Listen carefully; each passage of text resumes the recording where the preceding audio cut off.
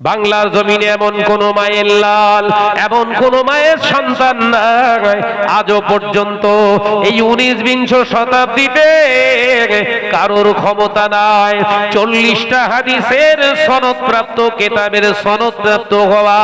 সেটা মুজাদ্দিদুজ্জামান হয়েছিলেন এ ভারতবর্ষের কোন মাদ্রাসা থেকে নয়, মদিনার মুনওয়ারা, মদিনাতুল মুনওয়ারা আল্লাহ নবীর কাছ থেকে, দয়ার নবীর দেশ থেকে 40টা হাদিসের কিতাবের সনদ প্রাপ্ত হয়ে হুজুর ঘরে ফিরে এসেছিলেন। যিনি 40টা হাদিসের কিতাবের সনদ প্রাপ্ত করে তিনি নিজেই ইসালে সব কায়েম করে গেছেন, না জাননি? জোরে বলে 21, 22, 23 ফাল্গুন ইসালে সব 40টা হাদিসের কিতাব পড়ে যিনি মাওলানা হয়েছেন, 40টা শুধু হাদিসের উপরে কিতাব পড়েছেন সনদ প্রাপ্ত, তিনি 21, 22, 23 ফাল্গুন ইসালে সব কায়েম করে গেলেন। তার মানে হাদিস বুঝতেন না।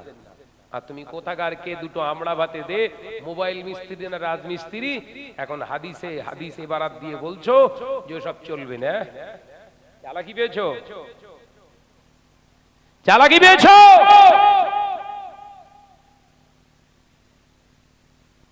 এ নজনেরা মুজাদ্দিদুজ্জামান অন্যতম খলিফা বসিরহাটের জমিনে শুয়ে আছে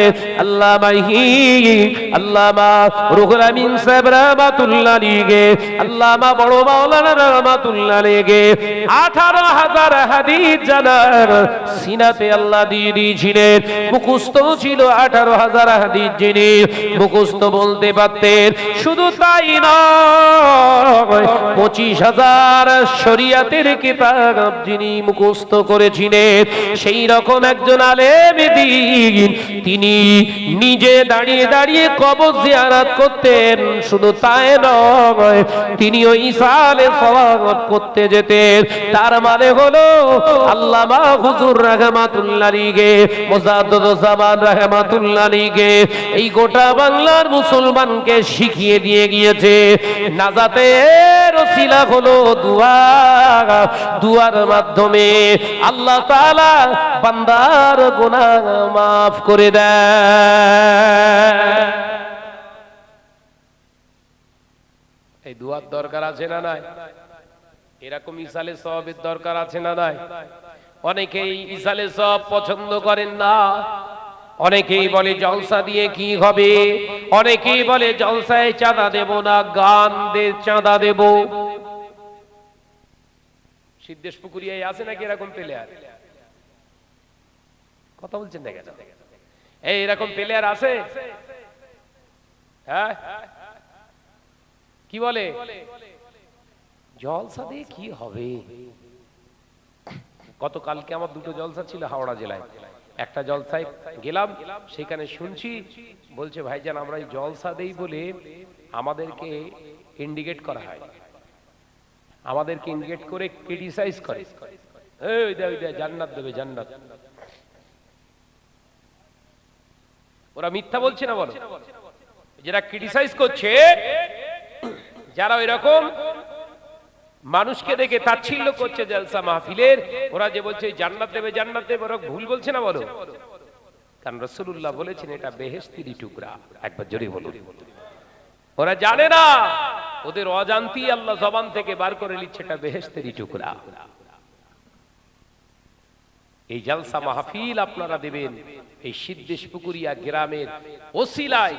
এই যত এলাকায় কবরস্থান আছে, আল্লাহ হয়তো এই দোয়া কবুল করার কারণে এই মাহফিলের ওসিলায় আল্লাহ সকলের আযাবকে আল্লাহ হালকা করে দেবে। জোরে বলুন, একবার জোরে হবে না?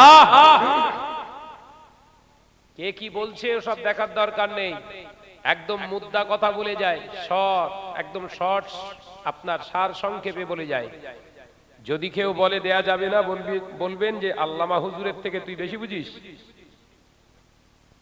তোর 40টা হাদিস বর্ণনা করতে হবে না, শুধু 40টা হাদিসের কিতাবের নাম কর। কথা বুঝতে পারছেন না? যদি বলে জলসা মাহফিলের দেওয়ার কোনো প্রয়োজন নেই, ওর সঙ্গে ঝগড়া বিবাদ করার দরকার নেই, একদম প্লেন কথা জিজ্ঞাসা করবেন, ভাই জলসা মাহফিল দেবো না, তুই শুধু দাদা হুজুর যে 40টা হাদিসের কেতাবের সনদপ্রাপ্ত হয়েছিলেন, তুই 40টা হাদিস বলতে হবে নয়, 40টা কেতাবের নাম বল, তোর কথাটা নোবানি। কথা বুঝতে পারছেন না? অর্থাৎ সাবধান হন। মনে আছে শুরুতে কি বলেছিলাম? আল্লাহ রাসূল বললেন কিতাবুল্লাহ ওয়া সুন্নাতে রাসূল। শয়তান থেকে বাঁচতে গেলে দুটো পাকড়াও করুন, ইজমা কিয়াস আপনার জীবনে অবধারিত। আজকে যারা বলছে কোরআন হাদিস ছাড়া কিচ্ছু মানবো না, কোরআন হাদিস ছাড়া কিচ্ছু মানবো না, আবার একদল বলছে সহিহ হাদিস ছাড়া অন্য কোন হাদিস, বুখারী শরীফ ছাড়া চলবে না, সিয়াসেত্তা ছাড়া চলবে না, ওদের জিজ্ঞাসা করবেন যদি সহিহ হাদিস ছাড়া না মানিস, ইমাম বুখারী রাহমাতুল্লাহ আলাইহির জন্ম কত হিজরিতে আগে বল? সাহাবী ছিলেন না, ইমাম বুখারী রাহমাতুল্লাহ আলাইহি সাহাবী ছিলেন না, তাবী ছিলেন, সাহাবীদের পরের জেনারেশন তিনি। তাঁরা লিখিত হাদিস তোর কাছে এত গ্যারান্টেড কেন? অর্থাৎ সব বিভ্রান্তিকর মানুষকে ড্রাইভেট করছে, সব শয়তানের প্রসেসিং চলছে। অর্থাৎ হামাসের মুসলমান ফিলিস্তিনের মুসলমানদের জন্য যদি মনে করেন আমাকে দোয়া করতেই হবে, আমি মুসলমান, আল্লাহর কাছে আমাকে কাঁদতেই হবে, তাহলে আমি শাহনাজ বলে যাচ্ছি, এই জায়গাটা ঠিক করেন। কোন জায়গাটা বল না রে বাবা। কারণ আল্লাহ নবী পাক জবানে জানিয়ে দিলেন আয়াতুন নিফাকুস সালাসা। ও নজরেরা, আল্লাহ নবী জানিয়ে দিলেন মুনাফিকের তিনটি আলামত। এক নাম্বার হলো পৃথিবীর জমিনে সে যখন কথা বলবে, পৃথিবীর জমিনে সে যখন কথা বলবে মিথ্যা কথা জবান দিয়ে বলবে। দ্বিতীয় নাম্বার হলো না না না, ওয়াদা করে সে কোনদিনই ওয়াদা পালন করবে না। তৃতীয় নাম্বার হলো পরের আমানত গুলোকে খেয়ানত করবে। ও আমার সাহাবীরা, আমি রাসূলুল্লাহ জানিয়ে দিলাম এই তিনটি চরিত্র, এই তিনটি গুণ যার ভিতরে থাকবে ও হলো পাকা মুনাফিক।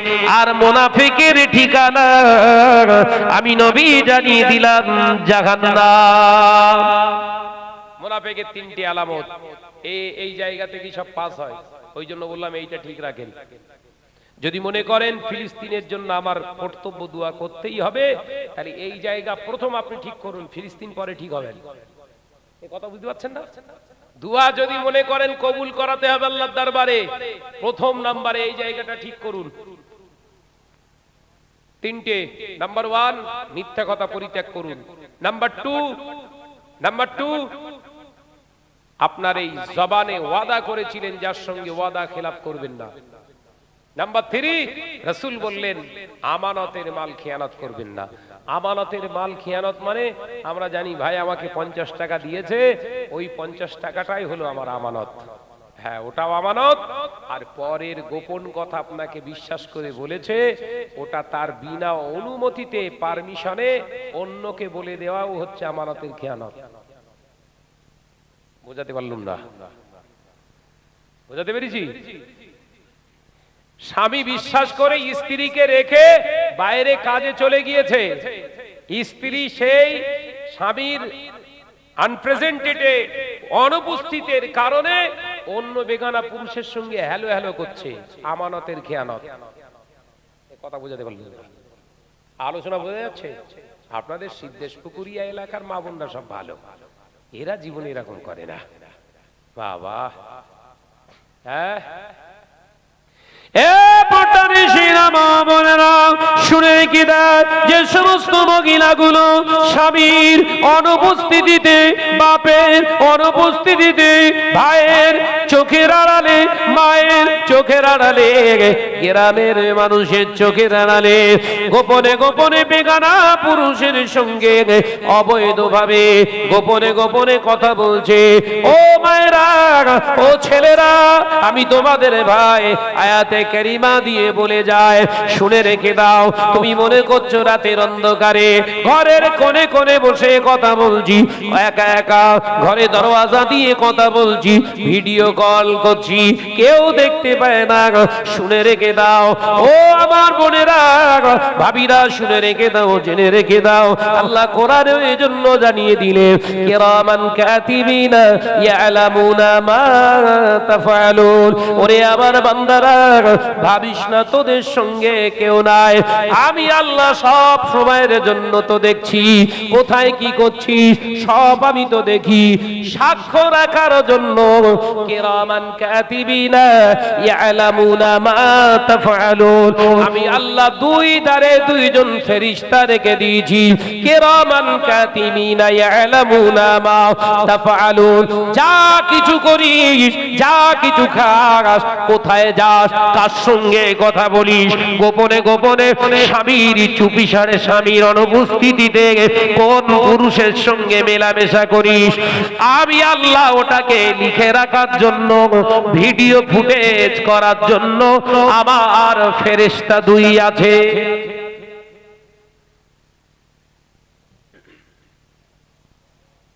ঘরের মা বোন ভাবিরা মনে করছে আপনার বাড়ি নেই, মানে আমার এখন বাজার বিরাট, তোরা একদম চুরকে ফেলবে। আমি শাহনাজ ওয়াজ করছি 2 ঘন্টা হবে, 1 ঘন্টা হবে, আমি স্টেজে ওয়াজ করছি 1 ঘন্টা 9 মিনিট ধরে আমি ওয়াজ করছি। টোটাল ওয়াজটা যদি এটা রেকর্ডিং করে দুনিয়ার মানুষের তৈরি করা, যদি চিপে ভিডিও ক্যামেরায় যদি লোড করা সম্ভব হয়, আল্লাহর ফেরেশতারা এটা করতে সম্ভবপর কিনা? পারে না, পারে না। এই তো সহজে বুঝে নিয়েছেন তো। মনে করছেন আসমানের উপরে আমি জিনা করব, আকাশেতে আসমানেতে ভাসমান অবস্থায় আমি জিনা করব, ফেরেশতা আছে, আল্লাহর দৃষ্টি আছে, যাবে কোথায় না পানির নিচে, পানির নিচে যে জেনা ব্যভিচার করব, কেউ দেখতে পাবে না। আল্লাহ বললেন ওয়াসিয়া কুরসিয়ুস সামাওয়াতি ওয়াল আরদ, আমি আল্লাহ পাক আল্লাহ তাআলা জানিয়ে দিলাম আমার সীমানা, আমার পরিধি, আমার আসন হলো 7 তবক জমিন থেকে 7 তবক আসমান পর্যন্ত, যা কিছু হয় আমি আল্লাহ আমার দৃষ্টির ভিতরই হয়। যাবেন কোথা?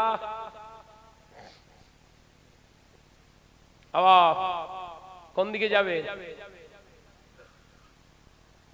এই যে চিন্তা মা বোনের ভিতরে, আমার জন যুবক ভাইদের ভিতরে, আমার হাত ঘড়ে আদলা বাসু সব জন যুবক ভাইরা মনে করছে ভাই বাড়িনি, অমুক ভাই বাড়িনি, ভাবির কাছে একটু যাই, কেউ জানতে পারবে না। রাতের অন্ধকারে দরজা খুলে রেখে যাচ্ছে, ছুটুত করে ঢুকে গেছে, মনে করছে কেউ দেখতে পাইনি। শোন, এই জওয়ান যুবক ছেলে, আমি তোদের ভাই হিসেবে বলে যাচ্ছি, আল্লাহু লা ইলাহা ইল্লা হুয়াল হাইয়ুল কাইয়ুম, আমার আল্লাহ ছিলেন, আছেন, থাকবেন। এই আল্লাহ যখন আছেন, আগামীতে থাকবেন, তখন জেনে রেখে দিস, লা তাখুযুহু সিনাতু ওয়ালা নাউম, আমার আল্লাহ কিন্তু ঘুমান না। সুবহানাল্লাহ বললেন না? জোরে বলছেন না? চিল্লে বললেন না? ওয়াসিয়া কুরসিয়ুস সামাওয়াতি ওয়াল আরদ,